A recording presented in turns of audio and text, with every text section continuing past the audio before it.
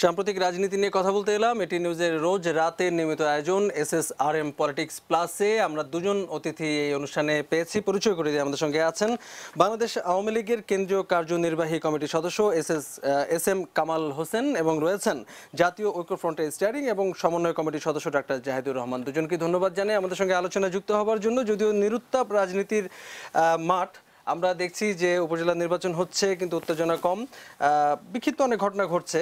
আর এর বাইরে ছোট ছোট কিছু ঘটনা যেগুলো হয়তো জাতীয় রাজনীতিতে কিছুটা উত্তাপ যদি ছড়ায় আমরা বলি, সেগুলো একটা একটা করে হয়তো আলোচনা করতে চাইবো। আমরা শপথ নিয়ে একটু আলোচনা করব এবং শপথ নিয়ে আলোচনা করার জন্য ডাক্তার জাহিদের কাছে যাব প্রথমে, পরে যাব কামাল হোসেন আপনার কাছে। আমরা দেখলাম যে সুলতান মনসুরের পরে মোকাব্বির খানও শপথ নিয়েছেন গণফোরামের। এ নিয়েও কিন্তু নানা কথা আমরা গণমাধ্যমে এর মধ্যে দেখে ফেলেছি। একটু আপনার কাছেই শুনি, তারপরে ধীরে ধীরে অন্য প্রশ্নে যাব। আপনার কোনো স্পেসিফিক প্রশ্ন আছে নাকি? আগে আপনার কাছে শুনি, তারপরে এর মাঝখানের প্রশ্নে চলে যাব। উনি শপথ নিয়েছেন, কিন্তু এখানে যেসব কথা দুদিক থেকে শোনা যাচ্ছে সেটা হলো ওনার শপথ নেওয়া দলীয় সিদ্ধান্তে কিনা। আমি প্রথম একটা জিনিস খুব স্পষ্ট করতে চাই, সেটা হচ্ছে এটা দলীয় সিদ্ধান্তে না, কারণ তার দলের তার চাইতে উঁচু পজিশনে থাকা দুজন মানুষ, ওনার দলের সাধারণ সম্পাদক এবং নির্বাহী সভাপতি খুব স্পষ্টভাবে জানিয়েছেন তার শপথ গ্রহণের পেছনে দলীয় কোনো সিদ্ধান্ত ছিল না। সুতরাং আমরা একটা খুব স্পষ্টভাবে বলতে পারি, সেটা হচ্ছে জনাব মোকাব্বির খান কোনোভাবেই দলীয় সমর্থন নিয়ে শপথ নিতে যাননি। এক। দুই হচ্ছে, তার জায়গা থেকে যখন ওই কথাগুলো উনি বলেন, এটা একটা কনফিউশন তৈরি করার চেষ্টা বলে আমি মনে করি। আমি ঠিক জানি না উনি কি কারণে শপথ নিতে গেছেন। এটা মুখে স্বাভাবিকভাবে আমরা সবসময় সঠিক কথাগুলো বলি না। আমি জনগণের জন্য কাজ করতে চাই, খুব ক্লিশে কিছু ধরনের কথাবার্তা উনি বলছেন। জনগণের জন্য যদি আপনি ট্রুলি কাজ করতে চান, একটা সিটের চাইতে একটা দেশের রাষ্ট্র এখন এমন একটা সংকটের মুখোমুখি আছে, সেই সংকটের মুখে থেকে আপনি শপথ নেওয়াটা যদি এই রাষ্ট্রের জনগণের জন্য সমস্যা তৈরি করে, আপনাকে সেই ব্যাপারটা মাথায় রাখতে হবে। কিন্তু এই ক্লিশে কথাগুলো উনি বলছেন এবং সেই ক্লিশে কথাগুলোর বশবর্তী উনি শপথ নেওয়াটাকে জায়েজ করার চেষ্টা করছেন, কিন্তু তার দল এখনও এটাকে এন্ডোর্স করেনি। এবং একই সাথে আমি যুক্ত করব আমাদের ঐক্যফ্রন্টের একজন প্রধান নেতা এবং উনি ঐক্যফ্রন্টের মুখপাত্র, সেটা হচ্ছে বিএনপি মহাসচিব জনাব মির্জা ফখরুল ইসলাম আলমগীর, খুব স্পষ্টভাবে এবং খুব দৃঢ়ভাবে এটাকে প্রত্যাখ্যান করেছেন এবং উনি কিছু শব্দ ব্যবহার করে বলেছেন যে উনি প্রতারণা করছেন জনগণের সাথে। সুতরাং ঐক্যফ্রন্টের এই ব্যাপারে অবস্থানটা খুব দৃঢ়, যেটা আগে ছিল। যারা নির্বাচিত হয়েছে শব্দটা আমি আসলে ব্যক্তিগতভাবে ব্যবহার করতে চাই না, যে 8 জন আমরা সোকল্ড একটা নির্বাচনের মধ্য দিয়ে দেখছি যাদেরকে দেখানো হচ্ছে যে তারা নির্বাচিত হয়েছেন, সেই মানুষগুলো কেউ শপথ নেবে না যে সিদ্ধান্ত ছিল। ঐক্যফ্রন্ট এখনো সেই জায়গায় আছে। আমি আশা করি জনগণ জনাব মোকাব্বির খানের এই ধরনের মন্তব্যে বিভ্রান্ত হবেন না। যদিও দুজন সাংসদ মোকাব্বির খান এবং সুলতান মনসুর দুজনেই কিন্তু এরকম কথা বলছিলেন যে সাধারণ তাদের ভোটার যারা সাধারণ মানুষ, তারা তাদেরকে বলছেন যে তারা সাংসদ হিসেবে তাদেরকে দেখতে চান, এমন একটা অবস্থান তারা বলছেন। আসলে ব্যাপারটা কি, আপনি যখন কোনো একটা সিদ্ধান্ত নিতে চান, যে কোনো সিদ্ধান্ত সেটা যেমনই হোক না কেন, আমরা একটা বয়ান তৈরি করি। এই বয়ানটা আমি জনগণকে দেওয়ার চেষ্টা করি, অনেক সময় নিজকেও দেওয়ার চেষ্টা করি, কারণ আমি তো এমনি এমনি কোনো কিছু করে ফেলছি তা তো হতে পারে না। পৃথিবীর সবচেয়ে খারাপ কাজটাও, ধরুন হিটলার যখন তার ভয়ঙ্কর রকম ইম্পেরিয়ালিস্ট অ্যাটিটিউড চালায়, তখনও সে যেমনই হোক আপনি সমালোচনা করতেন, সে কিন্তু একটা তত্ত্ব নিয়ে এসেছিল, সে একটা আর্য তত্ত্ব এনেছিল, এনে বলেছিল যে আমরা পৃথিবীর শ্রেষ্ঠতম মানুষ, সুতরাং পৃথিবী রুল করার অধিকার আমাদের আছে। তারা এই ধরনের একটা কথা বলার চেষ্টা করছেন। 2 নম্বর কথা হচ্ছে, যদি সত্যি সত্যি কিছু মানুষ বলে থাকে, তাদের দায়িত্ব ছিল মানুষকে এটা বোঝানো, কারণ একটা কনস্টিটিউয়েন্সির মানুষের কথা শুনে যদি একটা স্টেটের বড় বিপদ তৈরি হয়, আমাদের স্টেটে এখন গণতন্ত্রের ভীষণ রকম সংকট আছে, সেই সংকট যদি তৈরি হয় এবং সেটা যদি কন্টিনিউ করে, তারা যদি সত্যিকার নেতা হয়ে থাকেন, তাদের উচিত ছিল তাদের কনস্টিটিউয়েন্সির মানুষদেরকে এটা বোঝানো যে এই শপথটা দেশের সার্বিক সংগ্রামের জন্য ক্ষতি করবে। তারা সেটা না করে সেটাকে অজুহাত হিসেবে দেখাচ্ছে না, সেটা এর চেয়ে বেশি কিছু না।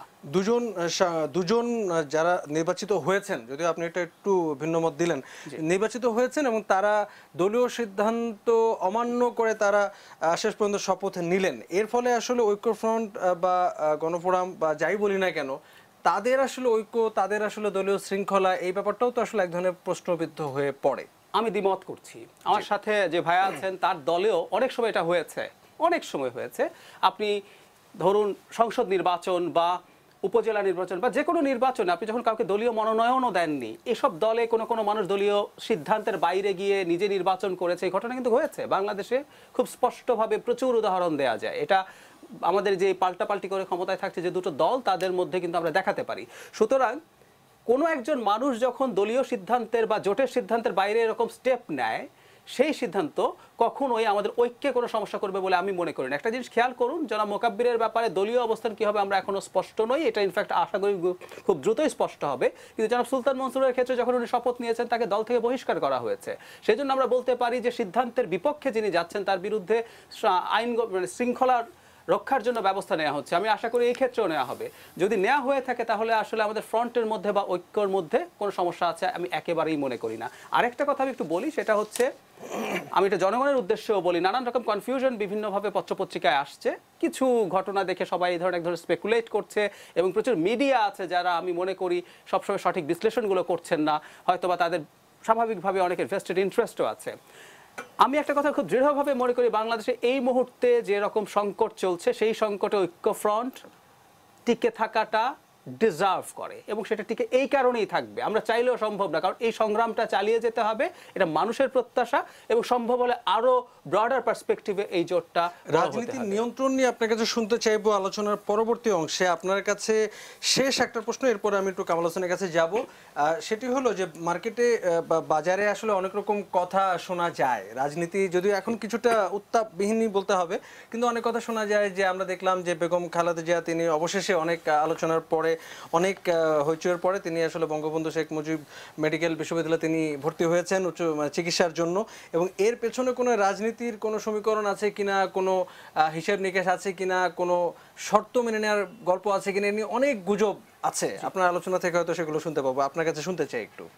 প্রথম কথা, রাজনীতির উত্তাপ নিয়ে একটু বলি, এটা প্রশ্ন ছিল না, এটা নিয়ে দুটো কথা একটু বলা জরুরি। খেয়াল করুন, একটা উপজেলা নির্বাচন হচ্ছে কিন্তু কোনো উত্তাপ নেই, এটাই হচ্ছে পরিস্থিতি। এবং উত্তাপ নেই কথাটা বলা খুবই কম, বরফ শীতল হয়ে গেছে, মৃতের মতো শীতল। আমরা প্রচুর ছবি পত্রপত্রিকায় দেখছি, মিডিয়াতে দেখছি, ভোট কেন্দ্রের বাইরে কুকুর বসে আছে, ঘুমাচ্ছেন, ঝিমাচ্ছেন, যারা পাহারা দেওয়ার কথা এরকম আনসার সদস্যরা দোলনায় দোল খাচ্ছেন, মানে নানান সব ছবি। সো উত্তাপ নেই, বরং এটা বরফ শীতল হয়ে আছে। তার মানে আমরা একটা কথা খুব স্পষ্টভাবে বলতে পারি যে দেশে এত বড় গুরুত্বপূর্ণ একটা স্থানীয় সরকার নির্বাচন হচ্ছে, সেখানে এই পরিস্থিতি। জনগণ ভোট কেন্দ্রে না গিয়ে এই দেশের নির্বাচন ব্যবস্থার উপর একটা খুব শক্ত প্রতিবাদ জানিয়ে দিয়েছে, এটা আমি জনগণকে ধন্যবাদ জানাই। এবার আপনার প্রসঙ্গে আসছি, সেটা হলো কিছু আরও খবর এখন দেখা যাচ্ছে তার হাসপাতালে যাওয়া বা অন্যদিকে যাওয়ার ক্ষেত্রে। আমি একটা প্রশ্ন যদি আপনাকে করি, ধরুন স্পেকুলেশন হচ্ছে যদি কিছু শর্ত মানা হয় তাহলে ব্লা ব্লা ব্লা ইত্যাদি ইত্যাদি করা হবে, এটা সত্য কি মিথ্যা পরে সরিয়ে রাখি। আমি তো একটা নতুন প্রশ্ন তুলতে চাই, তার মানে কি বাংলাদেশে আমরা একটা কথা খুব বলি না, আইনের শাসন, আইনের শাসন। এই কথাটা বাজে কথা, কারণ হচ্ছে আইনের শাসন নট নেসেসারিলি সবসময় ভালো শাসন, কারণ সবসময় আইন ন্যায্য হয় না। আমাদের ডিজিটাল সিকিউরিটি অ্যাক্ট ন্যায্য আইন না, কিন্তু তারপরও আইনের শাসন বলে খুব শুনি। উনি এত বড় অপরাধী, উনি এতিমের টাকা মেরে খেয়েছেন, এত কিছু যদি হয়ে থাকে, তো উনি কিছু কন্ডিশন মানলে ওনাকে প্যারোলে মুক্তি দিয়ে বিদেশে পাঠিয়ে দেওয়া হবে, যেখানে উনি দেশে ওনার পছন্দসই একটা হসপিটালে যেতে পারে না। এটা কেমন কথা হলো? তার মানে কি এটা যে গভর্নমেন্ট যদি মনে করে তারা আইন ম্যানিপুলেট করতে পারে? এই প্রশ্নটা তো আসতেই পারে। আর দু নম্বর কথা হচ্ছে, আপনি যেটা বলেন, আমি এখনও মনে করি এটা খুবই স্পেকুলেশনের জায়গা, আর একটু সময় যাওয়া ছাড়া আসলে এটা স্পষ্ট হবে না। কিন্তু আমি মনে করি না যে এরকম কোনো পেছনের দরজার সমঝোতা দিয়ে এটা হতে পারে, এটা আমি বিশ্বাস করি না। আমাদের হয়তো অপেক্ষা করতে হবে, তার আগে হয়তো আমরা বিশ্লেষণ করতেই থাকবো। আপনার কাছে আসবো অন্য প্রসঙ্গে, তবে এরপরে আলোচনাটা আপনার কাছে যাব হচ্ছে রাজনীতির নিয়ন্ত্রণ এবং শক্তি পরীক্ষার আসলে ব্যাপারগুলোর বিশ্লেষণ শুনতে চাইবো। কামাল হোসেনের কাছে কি প্রশ্ন করবো, নাকি অনেকগুলো পয়েন্টে কিন্তু আমরা আলোচনা করে ফেলেছি, আপনার বক্তব্য কি শুনবো না প্রশ্ন করবো? আমি আপনার ধন্যবাদ, এটিএন নিউজের দর্শক শ্রোতাদের ধন্যবাদ। দেখেন, ঐক্যফ্রন্টের দুইজন সাংসদ আজকে একজন শপথ নিয়েছে, কিছুদিন আগে সুলতান মাহমুদ মনসুর সাহেব শপথ নিয়েছে। জাতীয় সংসদ নির্বাচনে যারা নির্বাচন করে তারা জনগণের কাছে বলেই যে আমরা এই এলাকার উন্নয়নের কথা, মানুষের কথা পার্লামেন্টে গিয়ে বলবো, এই প্রতিশ্রুতি দিয়েই কিন্তু তারা ভোট চায়, সে যে দলেরই হোক, এবং তাদের একটা কর্মসূচি তার নির্বাচনী এলাকায় তুলে ধরে। হয়তো সেই আলোকে তারা মনে করে যে আমরা এই কথাগুলো বলে আমরা নির্বাচিত হয়েছি এবং আমাদের দায়িত্ব আমরা সংসদে গিয়ে সরকারের সমালোচনা করব, আমরা সংসদে গিয়ে আমার এলাকার উন্নয়নের কথা বলবো, আমার এলাকার সমস্যার কথা বলবো। এইটা তারা তাদের রাজনৈতিক দায়িত্বের জায়গায় দাঁড়িয়ে হয়তো তারা শপথ নিয়েছে, আমি মনে করি। এখন এটা তারা কি ব্যাখ্যা দেবে, এটা তাদের ব্যাপার। আর ঐক্যফ্রন্টের কথা যেটা বললেন, ঐক্যফ্রন্ট তো নিজেরাই এখন মানে কি কয় ঘোলাটে অবস্থায় আছে। আপনি 2 দিন আগে গণফোরামের আলোচনা সবাই ঐক্য ফ্রন্টে দেখলেন না, কামাল হোসেনের মুখ দিয়ে বলাইতে পারে নাই। এবং আমরা যেটা পত্রিকায় দেখলাম, আমরা তো এই মিটিংয়ে যাইনি, এবং ফেসবুকে দেখলাম কামাল হোসেন সাহেব বলছেন যে আমি যখন মন্ত্রী ছিলাম তখন জিয়াউর রহমান আমাকে স্যালুট মারছে, আমি কেন জিয়াউর রহমানের কথা বলবো, আর যেটা সত্য আমি সেটাই বলবো। তো ঐক্য ফ্রন্টে এখন কোনোরকম জগা খিচুড়ি দিয়ে চলতেছে, ভালো কথা। আর একটা গণতন্ত্রের সংকটের কথা বলছে, আমাকে যদি একটু সময় দেন তাহলে আমি একটু বলতে পারি। গণতন্ত্রের সংকটের কথা আমার ভাই বললেন, ভাই হয়তো ইদানিং গণতন্ত্রের সংকটের কথা দেখছেন, কিন্তু এই দেশ বঙ্গবন্ধুর নেতৃত্বে এই দেশ স্বাধীন হয়েছে। স্বাধীনতার হওয়ার পর একটি যুদ্ধ বিধ্বস্ত বাংলাদেশকে গড়ার জন্য বঙ্গবন্ধু চেষ্টা করেছেন। তিনি বাংলাদেশের মানুষের 1971 সালের 7ই মার্চে যে বক্তৃতাটা দিয়েছিলেন, যেবারের সংগ্রাম মুক্তির সংগ্রাম, এবারের সংগ্রাম স্বাধীনতার সংগ্রাম, মানুষের রাজনৈতিক স্বাধীনতা হয়েছিল, কিন্তু অর্থনৈতিক মুক্তির জন্য বঙ্গবন্ধু যখন কর্মসূচি দিয়েছিলেন তখন কিন্তু বঙ্গবন্ধুকে সপরিবারে 1975 সালের 15 আগস্ট হত্যা করা হয়েছে। সেই হত্যাকাণ্ডের পর থেকে বাংলাদেশে কি গণতন্ত্র ছিল? বাংলাদেশে রাত্রেবেলা কারফিউ দিয়ে দেশ পরিচালনা করা হতো। বাংলাদেশে হা না ভোটের মাধ্যমে কিভাবে গণতন্ত্রকে হরণ করা হয়েছে, আমি যদি বলতে চাই বিস্তারিত বলা যাবে। সেই দেশে মানুষ সামরিক শাসনের বিরুদ্ধে লড়াই সংগ্রাম করে জননেত্রী শেখ হাসিনা, জিয়া, এরশাদ, খালেদা জিয়ার কাছ থেকে, মানে এরশাদের কাছ থেকে সবাই ঐক্যবদ্ধভাবে আন্দোলন করে গণতন্ত্রকে ফিরিয়ে আনলো। বেগম খালেদা জিয়া রাষ্ট্রীয় ক্ষমতা আসলেন, গণতন্ত্র ছিল 91। যেহেতু আওয়ামী লীগ, বাংলাদেশ আওয়ামী লীগ গণতন্ত্রের কথা বলে এবং গণতন্ত্রমুখী দল, নির্বাচনমুখী দল, ফলে তার তো আসলে এক ধরনের গণতন্ত্রকে সমুন্নত রাখার যে ব্যাপারটা, সেটিও তো আসলে এক ধরনের বড় দায়িত্ব। আমরা মনে করি যে জননেত্রী শেখ হাসিনার দায়িত্ব হচ্ছে গণতন্ত্রকে রক্ষা করা, এবং এই গণতন্ত্রকে রক্ষা করার জন্যই উনি মনে করে এইটা নির্বাচন ছাড়া ক্ষমতা পরিবর্তনের অন্য কোনো পথ নাই। এবং আপনি দেখেন অতীতে যেতে হয়, আজকে এই যে উপজেলা নির্বাচনে, হ্যাঁ আমি মনে করি যে উৎসাহ উদ্দীপনা কম, কারণ এখানে শক্তিশালী বিরোধী দল আমরা মনে করি বিএনপি, আওয়ামী লীগ, এন্টি আওয়ামী লীগ, সেই এন্টি আওয়ামী লীগকে ধারণ করে বিএনপি। আজকে বিএনপির মতো একটি সংগঠন আজকে নির্বাচনে যায়নি। আওয়ামী লীগের সমর্থকরা মনে করছে এই নির্বাচন, হ্যাঁ আমরা যেহেতু বিএনপি না, এই নির্বাচন প্রতিদ্বন্দ্বিতামূলক হবে না, কিন্তু জাতীয় সংসদ নির্বাচনে কিন্তু বিএনপি সহ ঐক্যজোট ছিল বলে কিন্তু সেই নির্বাচনে প্রতিদ্বন্দ্বিতা হয়েছে। সেই নির্বাচনে বাংলাদেশের জনগণ অংশগ্রহণ করেছে। সেই নির্বাচনে আপনি দেখেছেন প্রায় 80% ভোট পড়েছে, এবং সেই নির্বাচন প্রতিদ্বন্দ্বিতামূলক নির্বাচন হয়েছে। আমার ভাই বললেন গণতন্ত্রের সংকট, গণতন্ত্রের সংকট, তাহলে গণতন্ত্র উত্তরণের পথ কি? নির্বাচন।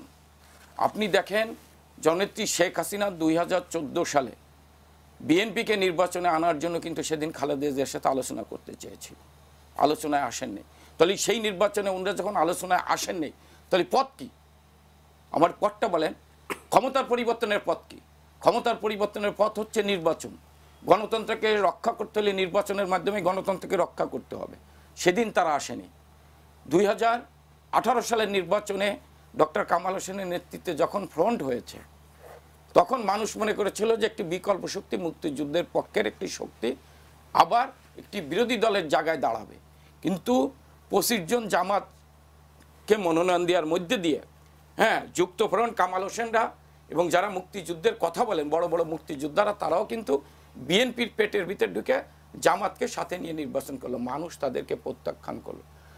প্রত্যাখ্যান করার মধ্যে দিয়ে জননেত্রী শেখ হাসিনা 10 বছর লাগাতার বাংলাদেশের নির্বাচন পদ্ধতি এবং নির্বাচনী সংস্কৃতি নিয়ে আসলে এক ধরনের আলোচনা, একটা পুরনো আলোচনা নতুন করে আসলে আর কি আলোচনা করব, কিন্তু এই আলোচনাতে একটু আসতে চাই যে নির্বাচন নিয়ে মানুষের মধ্যে এক ধরনের বিমুখ একটা প্রবণতা যে কোনো কারণে হোক তৈরি হয়েছে। এটা বাস্তবতা, কারণ আমরা দেখছি যে জাতীয় নির্বাচনের পরে ঢাকা উত্তরের নির্বাচন হয়েছে, উপজেলা নির্বাচন হচ্ছে, আমরা কিন্তু আসলে ভোটার সংকট বেশ আলোচনা চলে। সংকটের মূল কারণটা হচ্ছে প্রতিদ্বন্দ্বিতামূলক নির্বাচন হচ্ছে না।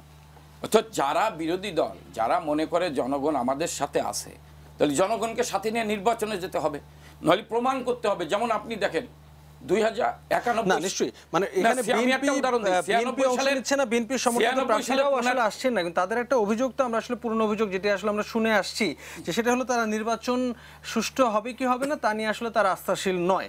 এবং আরেকটি ব্যাপার যেটি আসলে সাম্প্রতিক সময় আমরা নির্বাচন কমিশনারদের মুখেও শুনে শুনে গণমাধ্যমে আমরা আসলে দেখছি যে সেটি হলো যে আগের রাতে ভোট দিয়ে রাখা বা ভোট বাক্স এরকম আলোচনা, এরকম আসলে নানামুখী জটিলতার কারণে নির্বাচন নিয়ে এক ধরনের আস্থাহীনতার সংকট। আগের রাতে যে ভোট দেয়া, এটা নির্বাচন কমিশন কি কথাটা বলছে আপনি বাইর করেন। নিশ্চয়ই নিশ্চয়ই নির্বাচন কমিশন হয়তো অন্য অর্থ বুঝিয়েছিল, নির্বাচন কমিশন বলছে হয়তো এটা বিতর্ক উস্কে দিয়েছে। নির্বাচন কমিশন বলেছে যে ইভিএম পদ্ধতিতে ভোট চালু হলে এই যে যে কথা ওটা আগের দিন বাক্সে ভোট ঢুকে রাখে এইটা হবে না। উনি কিন্তু এই কথাটা বলেছিলেন। হ্যাঁ, উনি কিন্তু বলেছেন যে আগের দিন ভোট ঢুকে রাখে এটা না, উনি বলছেন যে ইভিএম পদ্ধতি চালু হলে এই যে আগের দিন যে ভোট ঢুকে রাখার যে দেওয়া হয় এইটা দোষ দেওয়া হয় এইটা হবে না। না মানে ওনার কথা হয়তো ভুল অর্থ হয়ে থাকতে পারে বা ভিন্ন অর্থ হয়ে থাকতে পারে, এটা আমরা মানছি, কিন্তু শেষ পর্যন্ত কিন্তু নির্বাচন পদ্ধতি নির্বাচন নিয়ে যে এক ধরনের অনাস্থা এবং বিমুখ প্রবণতা সেটি কিন্তু আসলে আমরা বাস্তবতা দেখছি। এখন এই ব্যাপারটি আসলে গণতন্ত্রের জন্য কতখানি সুখকর বা মানে এটাকে সুরক্ষা দেবে সেই বিষয়টি কিন্তু বারবারই কিন্তু আলোচনায় আসছে। একটা কথা বলি, গণতন্ত্র রক্ষা করার দায়িত্ব শুধু একা সরকারি দলের না, গণতন্ত্র সকল রাজনৈতিক দলেরই রক্ষা করতে হবে। তো গণতন্ত্র রক্ষা করতে হলে ক্ষমতার পরিবর্তনের পথ হচ্ছে নির্বাচন।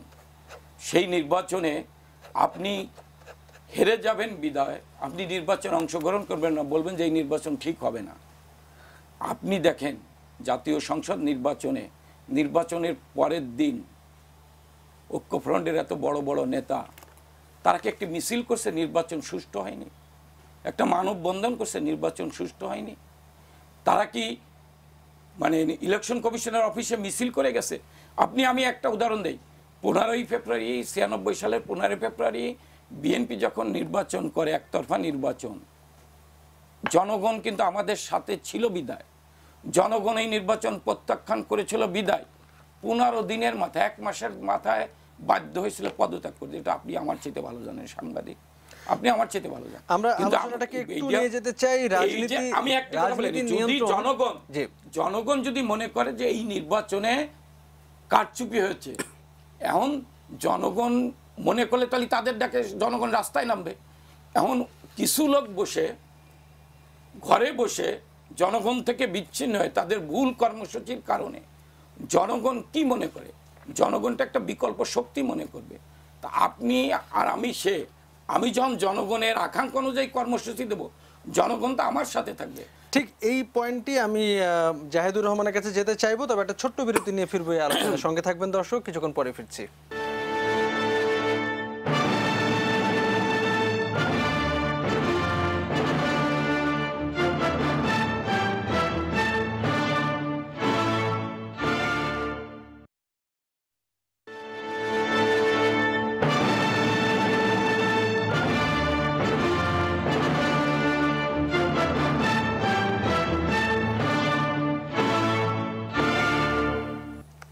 SSRM পলিটিক্স প্লাসে রাজনীতি নিয়ে কথা বলছি, দুজন অতিথি আমাদের সঙ্গে আছেন। এবারে যাচ্ছি ডাক্তার জাহিদুর রহমান আপনার কাছে। যে প্রসঙ্গটি SM কামাল হোসেন শেষ করলেন সেই প্রসঙ্গ ধরেই একটু জানতে চাই আপনার কাছে, যে একটা হলো জাতীয় নির্বাচনের পরে আমরা আসলে যে আপনাদের কাছ থেকে যে অভিযোগগুলো শুনে আসছিলাম, সেই অভিযোগের পরে আমরা এরকমও শুনছিলাম যে বড় আন্দোলন গড়ে তোলার একটা প্রস্তুতি চলছে, সাধারণ মানুষকে সম্পৃক্ত করে। আমরা এখনো দেখছি সেই আন্দোলনের কোনো ছায়াও আমরা এখনো দেখতে পাচ্ছি না। আবার একই সঙ্গে বিএনপির মনোযোগটা আবার অনেকটাই চলে গেছে। আমরা দেখতে পাচ্ছি যে কালকে সম্ভবত একটা কর্মসূচি রয়েছে যে বেগম খালেদা জিয়ার মুক্তির দাবিতে তারা যে পুরনো আন্দোলনটি, সেই আন্দোলনটি তারা বেগবান করতে চায়, তারা গণ অনশন করার প্রস্তুতি নিচ্ছে এবং সেই দাবিতেও কিন্তু আসলে কোনো আন্দোলন বা সাধারণ মানুষকে সম্পৃক্ত করে বৃহত্তর কোনো একটা কর্মসূচি সেরকম কোনো আসলে আমরা ছাপ দেখছি না। সেক্ষেত্রে আসলে গণতন্ত্র সমুন্নত রাখা, নির্বাচন সুষ্ঠু করা বা নির্বাচন ব্যবস্থা ঢেলে সাজানো, এই ধরনের তাত্ত্বিক কথাগুলো আসলে সাধারণ মানুষকে কতখানি সম্পৃক্ত করতে পারবে? আমি আসলে বলতে চাচ্ছি যে ব্যাপারটি একেবারে একপেশে হয়ে যাচ্ছে, সেই একপেশে ব্যাপারটাকে একটা ভারসাম্যপূর্ণ অবস্থায় আনতে আসলে এই কর্মকাণ্ড বা এই ফ্লো ঠিক আছে কিনা? ধন্যবাদ। আপনার স্পেসিফিক প্রশ্নের জবাবের আগে ভাইয়ের কয়েকটা কথার প্রসঙ্গে একটু খুব দ্রুত কয়েকটা জিনিস একটু টাচ করতে চাই। এটা ঠিক ওনার ব্যাপার না, এটা আমাদের সমাজেই প্রচলিত। অফ টপিক, তারপরে একটু বলে নেই, আমাদের সমাজে এই কথাগুলো নিয়ে এখন আলোচনা হওয়া দরকার। ভাইয়া বলেছেন যে দুজন সংসদ সদস্য আছেন তারা এলাকার উন্নয়ন বা ইত্যাদি ইত্যাদি প্রতিশ্রুতি দিয়ে নির্বাচিত হয়েছেন, ফলে তাদের এলাকার লোকজনের এক ধরনের চাপ হয়তো তাদের উপরে আছে যে তারা কেন যাবেন এবং দেশের এলাকার উন্নয়নের নিয়ে কাজ করবে না। দেখুন, আমি প্রায় একটা কথা বলছি, আমি আমার অনেকগুলো টকশোতে এই কথা বলেছি, it's a repetition, but still I want to say this. সংসদ সদস্য এলাকার উন্নয়ন করবেন এই কনসেপ্ট থেকে আমরা যতদিন না বেরোবো, আমরা ট্রুলি একটা ওয়ার্কিং পার্লামেন্ট পাবো না এবং একটা স্ট্রং লোকাল গভর্নমেন্ট পাবো না। ওনারা ওটা করতে গিয়ে লোকাল গভর্নমেন্টকে নানানভাবে ইন্টারাপ্ট করে লোকাল গভর্নমেন্টটাকে বিকশিত হতে দেন না। এটা একটা লেজিসলেচারের কাজ। শুধু আবার অনেকে বলে শুধু আইন প্রণয়ন, কথাটাও পুরো ঠিক না। একটা সংসদ হচ্ছে আইন প্রণয়ন এবং রাষ্ট্রীয় নীতি পর্যালোচনার জায়গা। তারা তাদেরকে অনেক ছোট জায়গায় নিয়ে যাওয়ার চেষ্টা করছেন। যারা সংসদ সদস্য হয়েও রিপিটেডলি কথাগুলো বলেন, তাদের বোঝাশোনা একটু সমস্যা আছে, তাদেরকে এই জায়গাগুলো থেকে বাদ দিয়ে কথা বলা উচিত। 2 নম্বর কথাটা হচ্ছে নির্বাচন কমিশনাররা ব্যালট বাক্স ভর্তি হওয়া নিয়ে যেটা বলেছেন ভাইয়া, আমি একদম পড়ে শোনাতে পারি। ওনারা বলেছেন এটা রোধ করতেই, ঠিক এভাবে অভিযোগ বলেন না, এটা রোধ করতেই এই ইভিএম চালু করার কথা বলা হচ্ছে। স্পেসিফিক আমার এখানে পত্রিকাতে এটা আছে, আমি কোট করতে পারি না। আমরা শুনেছি যে রোধ করতে এরকমই বলেছেন, হয়তো তারা হয়তো মিন করেছিলেন যে অভিযোগটাকে। না, আমরা আসলে মানে আমরা বলি না, একটু সরি, হুজুররা বলেন যে জাহিরি আর বাতেনি জ্ঞান। আমি বাতেনি না, জাহিরি, যেটা আমার সামনে এসে আমি তাই বুঝেছি। আমি বাতেনি জ্ঞান ওনার কি আছে আমি জানি না। তো যাই হোক, আচ্ছা, একটা জিনিস একটু অবাক হয়েছে যে বিতর্কটা একটা বড় ধন্যবাদ দেওয়ার আছে, সেটা হচ্ছে উনি বিএনপিকে খুব শক্তিশালী বা ঐক্যফ্রন্ট খুব শক্তিশালী প্রতিদ্বন্দ্বী বলছেন। আমি এত সম্মান কি আসলে আমাদের প্রাপ্য? আমরা ভোট পেয়েছি 10-11% না, জাতীয় নির্বাচনে সিট পেয়েছি 8টা। আমাদের একজন প্রার্থী জনাব ফারুক খানের বিরুদ্ধে 5 ভোট পেয়েছেন ধানের শীষ দিয়ে, 5 ভোট। নোয়াখালী 6 আসনে, যেটাকে বিএনপির এক ধরনের ঘাঁটি বলা হয়, সেখানে একজন প্রার্থী যিনি স্বতন্ত্র নির্বাচন করে জিতেছেন জনাব ফজলুল আজিম, উনি 2.17% ভোট পেয়েছেন। জনাব মওদুদ 10,000 ভোট পেয়ে হেরে গেছেন আওয়ামী লীগের সাধারণ সম্পাদকের বিরুদ্ধে। আমাদের এত সম্মান উনি আমাদেরকে কেন দিচ্ছেন জানি না, তবে উনি দিয়েছেন, ওনাকে ধন্যবাদ। আমরা তো আসলে নেই কোথাও, তো আমরা থাকলেও কেন প্রতিদ্বন্দ্বিতা হতো আমি আসলে জানি না। তবে হ্যাঁ, না থাকায় কি হয়েছে সেটা জনগণ খুব ভালো মতো দেখতে পাচ্ছে। আর একটা ছোট কথা টাচ করে ওই জায়গায় আসছি, 96 সালের নির্বাচন নিয়ে যখন আওয়ামী লীগের কেউ কথা বলেন, এটা আমার কাছে খুব অবাক লাগে। তাদের এই হোমওয়ার্কটা করা অ্যাটলিস্ট জরুরি এই কারণে, 96 নির্বাচন আওয়ামী লীগের জন্য জরুরি ছিল। একটু খেয়াল করে দেখেন, এর আগে আওয়ামী লীগের সব সংসদ সদস্য পদত্যাগ করেছিলেন। তাদের দাবি ছিল তত্ত্বাবধায়ক সরকার সংবিধানে সংযুক্ত করতে হবে। বিএনপি 2/3 মেজরিটি ছিল না সেটা করার জন্য। সুতরাং 96 নির্বাচন করা ছাড়া সংবিধানে কোনোভাবেই 14th সংশোধনী এনে তত্ত্বাবধায়ক সরকার যুক্ত করা যেত না। সো আওয়ামী লীগের দাবি পূরণের জন্যই বিএনপিকে তত্ত্বাবধায়ক মানে ওই নির্বাচনটা করতে হয়েছিল। হ্যাঁ, ট্রুলি করতে হয়েছিল। ওটার যদি না হতো, 2/3 মেজরিটি না হলে এটা হতে পারতো না। আমি খুব অবাক হই তারা যখন রিপিটেডলি এই নির্বাচনটার বিরুদ্ধে কথা বলে। এটা কেমন হচ্ছে ডিফারেন্ট আলোচনা, কিন্তু 96 নির্বাচনটা হতো। ওনার যদি কোনো যুক্তি থাকে আমি শুনবো এবং আমাকে সময় দেবেন, আমি সেটার জবাব দেওয়ার চেষ্টা করব। এবার আপনি যে কথাটা বলছেন নির্বাচনের পর, আমরা কি কামাল ভাইয়ের কাছ থেকে শুনে আসবো? জি, 96 সালের নির্বাচন কিন্তু পার্লামেন্টে আওয়ামী লীগের এমপিরা থাকা অবস্থায় এই দাবিটা তোলা হয়েছিল। এটা আপনি পত্রপত্রিকা মানা হয়নি প্রথম পত্রপত্রিকা, উনি বলে যে হোমওয়ার্ক করে নেই, ওনারা তো তত্ত্ব কথা বেশি বলতে পারে, করতে পারে। 96 সালে আওয়ামী লীগ পার্লামেন্টে এই দাবি উত্থাপন করেছিল। করার পর যখন দীর্ঘদিন আন্দোলন করছে, পার্লামেন্টের সংসদ সদস্যরা পার্লামেন্টের সামনে অবস্থান ধর্মঘট করছে, তারা মানে পার্লামেন্টের ভিতর তারা অবস্থান ধর্মঘট করছে, স্পিকারের অফিসের রুমের সামনে অবস্থান ধর্মঘট করছে। যখন তারা মানে নেই তখন তারা পদত্যাগ করছে এবং আন্দোলন সংগ্রামের মধ্যে দিয়েই জনগণকে তারা একতরফা নির্বাচন করে পার হওয়ার চেষ্টা করছে। একটু খেয়াল করি এবার, একতরফা নির্বাচন করে পার হওয়ার চেষ্টা করছে। যদি তাদের মানার ইচ্ছা থাকতো তাহলে ওই পার্লামেন্ট বহাল থাকা অবস্থায় যখন পার্লামেন্টে বসে আন্দোলন সংগ্রাম করছে এবং এই দাবিতে পার্লামেন্ট সংসদ সদস্যরা থাকা অবস্থায় হরতাল হয়েছে, অবরোধ হয়েছে, মানে কি কয়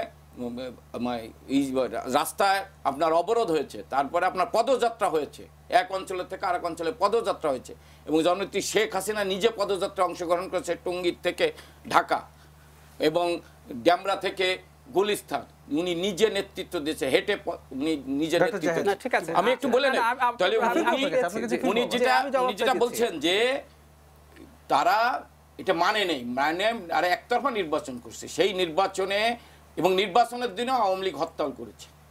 ঠিক আছে, আমি বুঝতে জি, পেরেছি। এটার জবাবটা একটু দেই। বিএনপি ওনারা থাকতে মানে নাই কেন, এটা ডিফারেন্ট ডিসকাশন। বিএনপির উচিত ছিল কিনা ওই আলোচনা বিএনপি করবে, বিএনপি জবাব দিবে। কিন্তু যখন নির্বাচনটা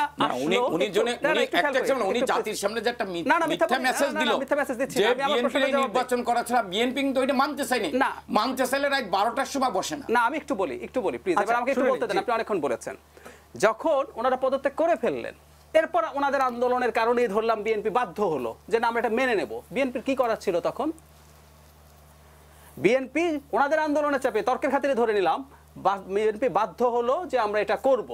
তখন ওই নির্বাচন করে 2/3 মেজরিটি রেখে ওই সংশোধনী সংবিধানে পাশ না করে আর কোনো উপায় ছিল না, এটা বলতে চেয়েছি। এবার আপনার প্রশ্নটার জবাবে আসি, সেটা হলো যেটা আমরা শুনিনি এস এম কামাল কি এর সঙ্গে আর কিছু যোগ করবেন কিনা।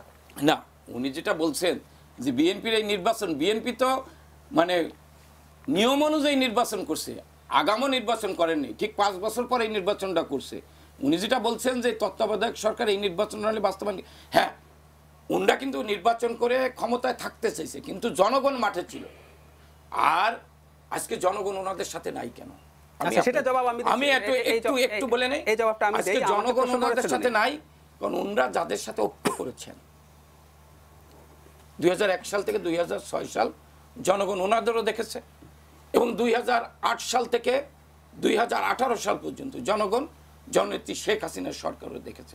2001, আমি অতীতে যাইতে চাই না, খালি 2001 সাল থেকে 2006 সাল পর্যন্ত বিএনপির ক্ষমতার আমল এই দেশের জনগণ দেখেছে। আমি যদি আমার সময় দেন আমি বলতে পারি।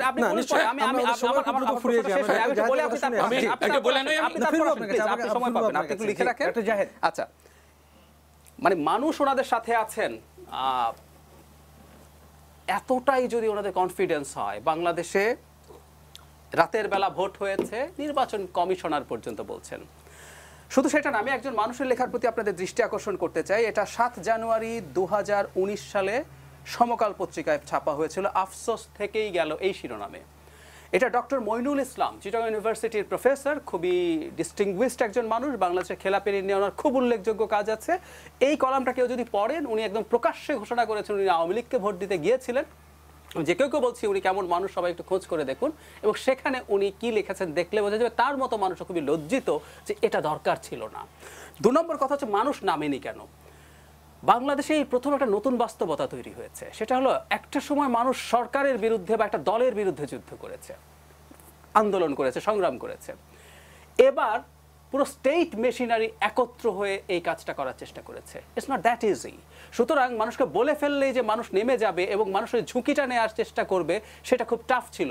এবং ঘটনাটার থ্রাস্ট এত বড় ছিল, বাংলাদেশ সারা পৃথিবীর ইতিহাসে কখনো হয়েছে কিনা জানি না, যে একটা রাতে ভোট করে ফেলা হয়েছে।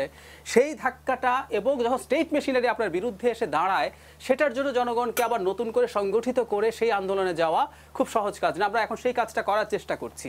আর আপনি বলছেন যে খালেদা জিয়ার মুক্তির দাবিতে বিএনপি আন্দোলন করছে, আমি এটাকে খুব বিচ্ছিন্ন দাবি মনে করি না। আমি খালেদা জিয়ার জেলে যাওয়া এবং তার বিরুদ্ধে যা হচ্ছে তার মুক্তির দাবিকে আমি আমাদের গণতন্ত্র সংগ্রামের একটা অংশ হিসেবে দেখতে চাই। কারণ আমরা যখন দৃঢ়ভাবে মনে করি, আমি বিশ্বাস করি এটা, তাকে অন্যায়ভাবে জেলে আটকে রাখা হয়েছে এবং সেটা নিয়ে রাজনীতি করা হচ্ছে। সুতরাং এই যে অন্যায়ভাবে একজন মানুষ জেলে আছে এবং সেটা নিয়ে রাজনীতি করা হচ্ছে, সেটার বিরুদ্ধে কাজ করা, সেটার বিরুদ্ধে লড়াই করাও বৃহত্তম গণতান্ত্রিক সংগ্রামের একটা অংশ। এই দাবিতে আন্দোলনটি কি আসলে আন্দোলনের জন্য কার্যকর এজেন্ডা কিনা? আমরা একটা কথা বলতে চাই, এটা একমাত্র এজেন্ডা না, কিন্তু এটা অবশ্যই একটা গুরুত্বপূর্ণ এজেন্ডা হিসেবে কাজ করবে বলে আমরা বিশ্বাস করি। কারণ উনি অত্যন্ত জনপ্রিয় একজন মানুষ এবং ওনার বিরুদ্ধে যে অন্যায় হয়েছে সেটাও মানুষকে সংগঠিত করবে বলে আমি বিশ্বাস করি। আপনি বলছিলেন যে নতুন বাস্তবতা আমরা আসলে অনেক কিছু দেখছি, সেই নতুন বাস্তবতায় আসলে এটি কার্যকর এজেন্ডা কি? এটা একটা, আমি আবারও বলছি, এটা দিয়ে যদি শুধু এটা দিয়েই আমরা মনে করি কাজ হয়ে যাবে, আমি সেটা ব্যক্তিগতভাবে মনে করি না। এটা অনেক কিছু নিয়ে কাজ করার ব্যাপার আছে, পুরো নির্বাচন ব্যবস্থা, এবং আমরা নির্বাচন ব্যবস্থায় কি হয়েছে আমরা একটা গণশুনানি করে সেটাও দেখানোর চেষ্টা করেছি। আমরা আরও কাজ করছি এবং সব সমন্বিতভাবে নির্বাচন ব্যবস্থা, এসব ইস্যু, জনগণের নানান রকম ইস্যু আছে, সব কিছু নিয়ে কম্বাইন্ডলি মানুষকে একত্র করে, এবং সেই ক্ষেত্রে সেটা কাজ করবে বলে বিশ্বাস করি, এবং সেটার জন্য নিশ্চিতভাবে কিছুটা সময় লাগবে। সেই সময়টা আমরা একটু শুনতে চাইবো। একটা ছোট্ট বিরতি নিয়ে ফিরে এসে আমাদের আলোচনায় সঙ্গে থাকুন দর্শক।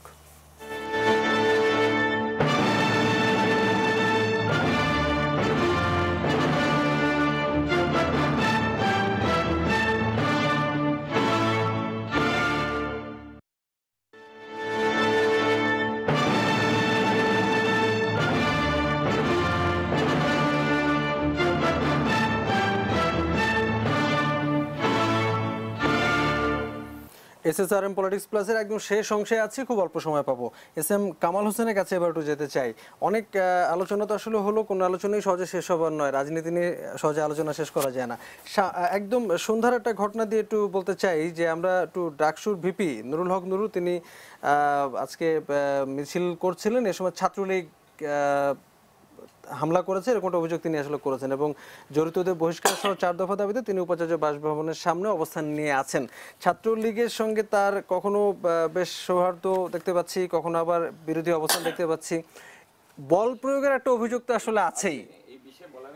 বলি খালেদা জিয়ার সম্পর্কে সময় কিন্তু 1 মিনিট। হ্যাঁ, খালেদা 1 মিনিটে খালেদা জিয়ার সম্পর্কে উনি বলেছেন, আমি যদি সময় দেন এখানে অ্যাকাউন্ট নম্বর, কবে টাকা আসছে, কত টাকা আসছে, ওই আলোচনায় যেতে চাই না। এই টাকাটা আসছে। এখন আমার ভাই জাতির সামনে একটা কথা বললো বিএনপি স্টাইলে যে খালেদা জিয়াকে মিথ্যা মামলায় গ্রেপ্তার করা হয়েছে।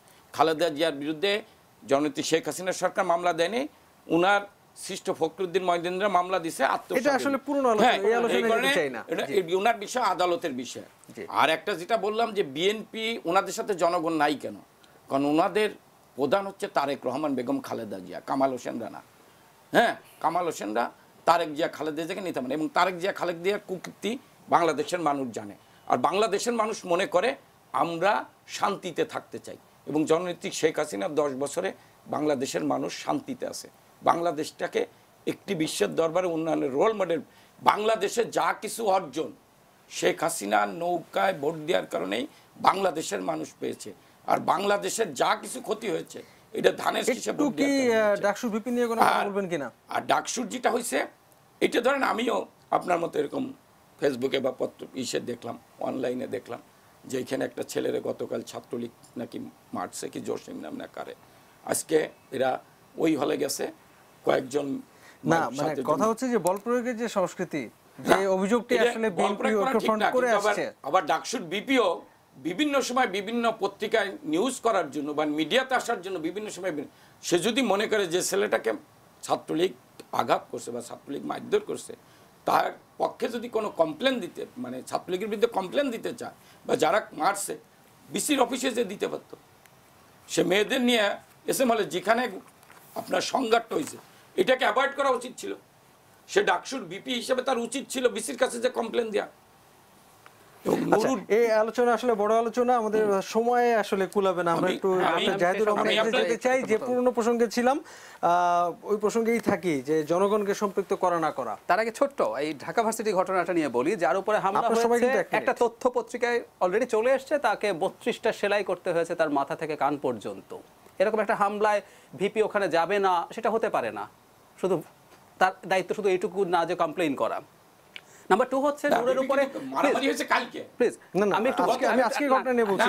ওই যে ছেলেটারে আমি একটু হ্যাঁ, সেটা গতকাল যাওয়া উচিত ছিল ওই ছেলেটার কাছে। আমি একটু বলি প্লিজ। এবং নূরের উপরে যখন হামলা হয় বা ইভেন এইরকম একটা নির্বাচন করেছে তার উপরে হামলা হয়, ওরা খুবই কষ্ট পেয়েছে, কিন্তু এটা একটা খুব বড় সিগনিফিক্যান্স আছে।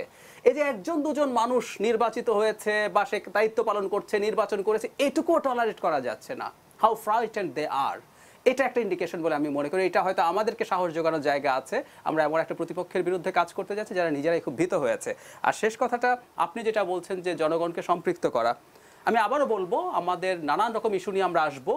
নিশ্চিতভাবে যে ভয়ঙ্কর একটা ধাক্কা ছিল সেই ধাক্কাটা শেষ করে আমরা সেগুলো সবাইকে সম্পৃক্ত করে নিশ্চিতভাবেই আসবো। এবং আমি খুব স্পষ্টভাবে বলতে চাই, বাংলাদেশ এভাবে চলবে না, বাংলাদেশ এভাবে চলতে পারে না। কারণ যেই দলটা এখন এইভাবে নির্বাচন ম্যানিপুলেট করে ক্ষমতায় এসেছিল, তাদের মনে রাখা উচিত 70 সালে শুধু একটা পাওয়ার ট্রান্সফার করা হয় নাই। 70 সালের নির্বাচন কিন্তু স্বাধীনতার নির্বাচন ছিল না, ছিল বঙ্গবন্ধু শেখ মুজিবুর রহমান পাকিস্তানের প্রধানমন্ত্রী হওয়ার কথা ছিল, উনি ওই নির্বাচন করেছিলেন। ওনাকে ওই নির্বাচনে ক্ষমতা দেওয়া হয় নাই, শুধু ওই কারণে একটা দেশ সৃষ্টি হয়ে গিয়েছিল। সুতরাং এই দলটার মনে রাখা উচিত মানুষকে তার গণতান্ত্রিক অধিকার থেকে যদি দূরে রাখা হয় একটা সময় পর্যন্ত অ্যাপারেন্টলি হয়তো মনে হয় ঠিক আছে, কিন্তু এটা একদিন আউটবাস্ট হবে। এসএম কামাল 10 সেকেন্ড উনি যেটা বললেন যে বঙ্গবন্ধু শেখ মুজিবুর রহমান পাকিস্তানের প্রধানমন্ত্রী হওয়ার জন্য নির্বাচন করছে, কথাটা ঠিক না। 6 দফা যদি উনি পড়ে থাকেন, হ্যাঁ, পড়েছি, জি। 6 দফা যদি বাস্তবায়িত হয় তাহলে পাকিস্তান থাকে না। বঙ্গবন্ধু 6 দফার ভিত্তিতে নির্বাচন করেছিল। এটা অবশ্য একটু আলোচনাটা বড় আলোচনা, বঙ্গবন্ধু 6 দফার ভিত্তিতে নির্বাচন করেছিল, সময় আসলে 6 দফার পক্ষে রায় দিয়েছিল বলে পাকিস্তান মানে নেই, বঙ্গবন্ধু বাংলাদেশ স্বাধীন করেছে। 6 দফা বঙ্গবন্ধু পাকিস্তানের প্রধানমন্ত্রী হওয়ার জন্য রাজনীতি, বঙ্গবন্ধু বাংলাদেশকে পাওয়ার